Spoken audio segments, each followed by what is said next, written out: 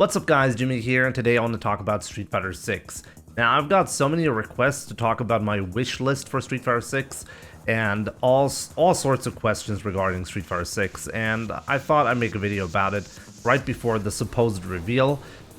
We don't technically know whether Street Fighter 6 will be revealed or not, and I'm actually having a very strong bet around that. In case you didn't know, I'm going to be shaving off my beard after the supposed reveal. So like live on stream after the CPT final. If there's no reveal of Street Fighter 6 in any way, then I'm gonna be shaving off the beard live on stream. So you don't want to miss that. So make sure you're live on Twitch when the reveal happens, because I'm gonna be streaming the whole way through the CPT final. We can hang out and we could talk about our expectations and have a conversation, so definitely don't miss out. So let's start by talking about why everybody thinks Street Fighter 6 will be revealed, and like including myself, right? I have a very strong feeling it's going to be revealed. There are multiple indicators for that. I mean, when the fall update happened for Luke, the producer of Street Fighter and the director, I keep forgetting their names, but they basically hinted very strongly that we're going to see them very, very soon again. And they said that's the last piece of content for Street Fighter 5 outside of the balance patch. But we're still going to see them very soon again for the future. I mean, you can't get any more suspicious than that. If you're not hinting at Street Fighter 6, then you're really misleading your audience. So I don't think they're actually doing that. So I think that was a strong hint already. Then there's a very, very suspicious countdown that Capcom revealed. Everybody's going crazy because of that countdown, and that countdown ends right at the end of the CPT final, and this is obviously not a coincidence.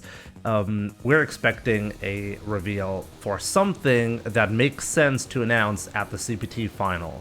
I've heard a lot of rumors and comments on Twitter, especially about Resident Evil 4 Remake, and I just don't see that. If you're gonna announce Resident Evil 4 Remake, then why would you do that at a CPT final? It just doesn't line up perfectly, and you might as well reveal Resident Evil 4 Remake 1 week after or before the CPT final, right?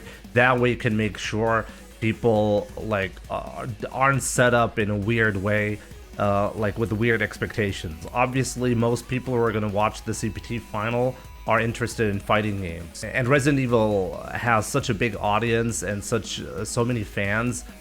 You don't have to do that at a CPT final to get extra views from the fighting game community, who's basically very desperate for an announcement at that point. I think that does not line up properly. There are other hints, but I feel like those are already strong indicators to mention here. So yeah, that's why we're thinking, and I'm thinking, Street Fighter 6 will be revealed. Something really interesting happened as well recently. I realized Capcom was wishing Luke a happy birthday, and I realized, okay, February 17th, that's Luke's birthday. And I have a suspicion that's not a coincidence either, because we kind of know already, if you're gonna reveal Street Fighter 6 right now, then the probable release date for Street Fighter 6 should be in about a year from now. And that's what happened for Street Fighter 5 as well. So February 2023 is what people are guessing, and Luke's birthday is February 17th. I'm assuming that's not a coincidence, as I said. I think this might actually be a hint at the release date for Street Fighter 6. So I'm going to be guessing February 17th, 2023. That's the Street Fighter 6 release date. But we'll have to wait and see if there's an announcement even. Maybe we're being misled dramatically, but yeah, that's basically what I'm thinking about the Street Fighter 6 announcement and potential release date, even ahead of the announcement itself. So let's talk about my expectation for Street Fighter 6. I've seen people with very long lists about what they want to see in the game. I'm going to try to keep it pretty brief, because there's not a lot that I want from the game. There are some key areas that I think Capcom needs to nail, and the rest is just not that important, to be honest. You can do a lot of different things when you're making a new game, and as long as the community is open for something new, I think a lot of stuff can work. It doesn't necessarily have to have one frame links or whatever used to be considered super important for a high skill fighting game. One frame links is a good example. Like, we had one frame links in Street Fighter 4. I loved one frame links back then. I still love them today. I would like to see them make a comeback in some kind of form, but at the same time, I'm aware Capcom is working really hard to make fighting games acceptable for like a broader audience. And like, Street Fighter has a big issue that I want to talk about right now. This is a topic I talk about a lot on my live stream, and I have a suspicion I'm going to make multiple YouTube videos about this topic at some point.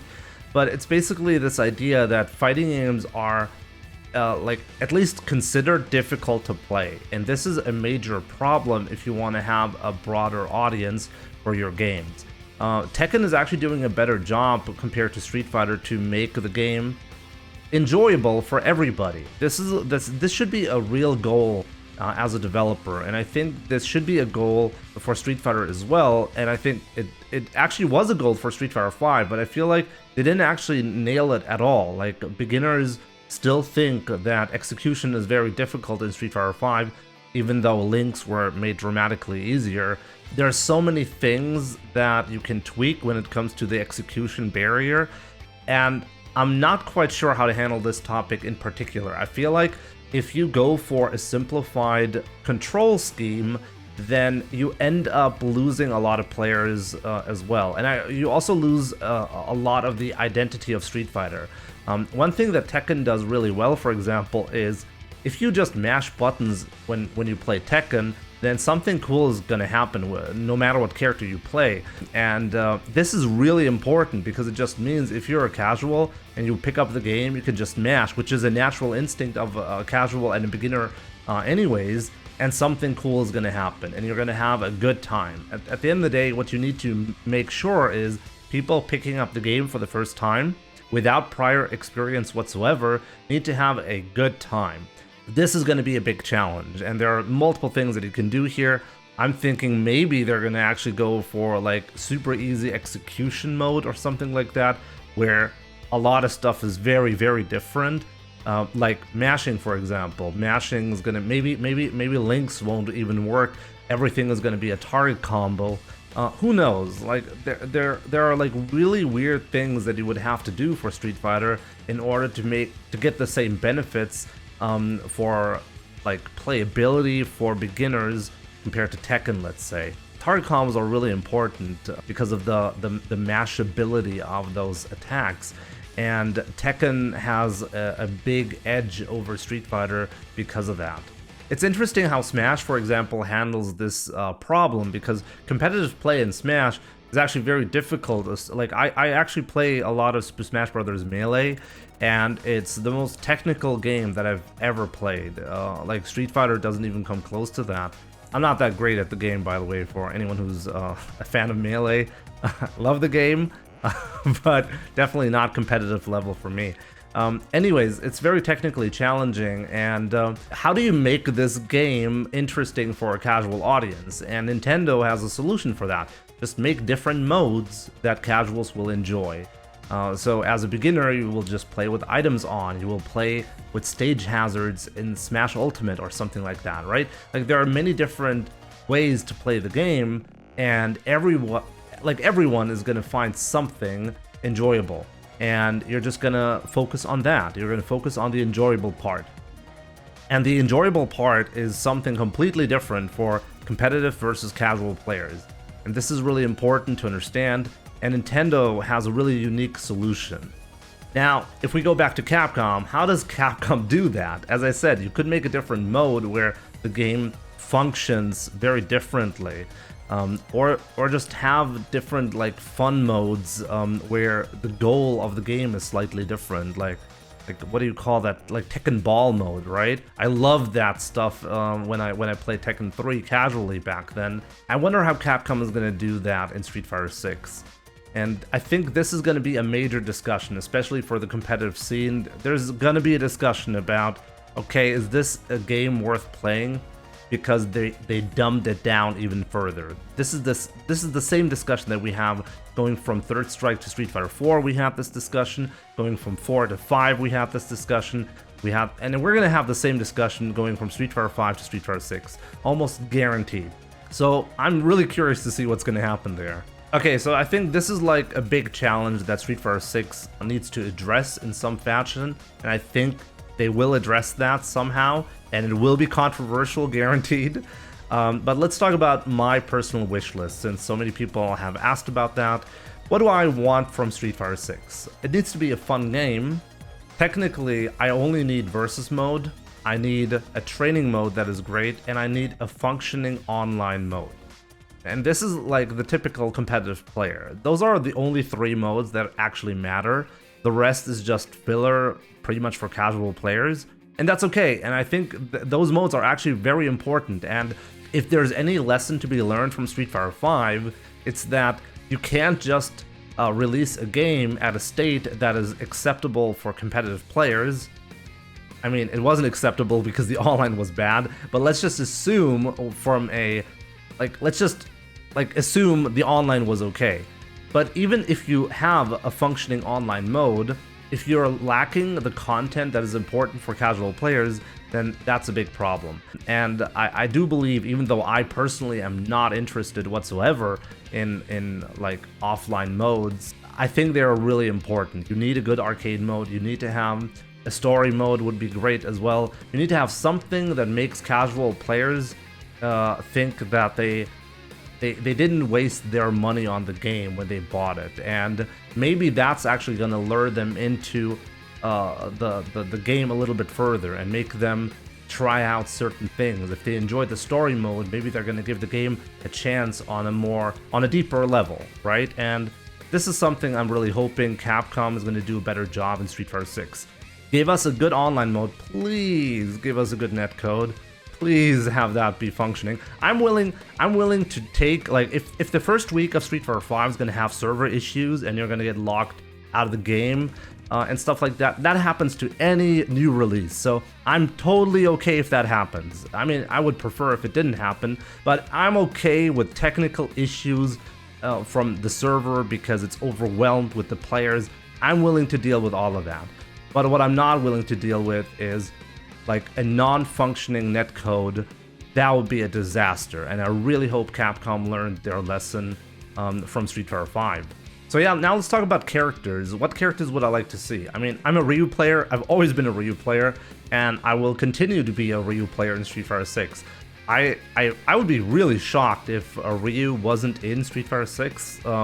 Pretty sure that's not going to happen. We know Luke is going to be in Street Fighter 6, but he's not going to be replacing Ryu. Ryu is still going to be in the game, almost guaranteed, and I'm going to be playing him, so I'm probably not going to have any kind of character crisis like a lot of other players, because, as usual, what our expectations should be when it comes to characters is it's going to be a mix of old characters, brand new ones, and yeah, that's basically it, right? Characters that probably didn't make it into Street Fighter 5, like fan favorites like Fei Long or C. Viper, Yoon, Dudley.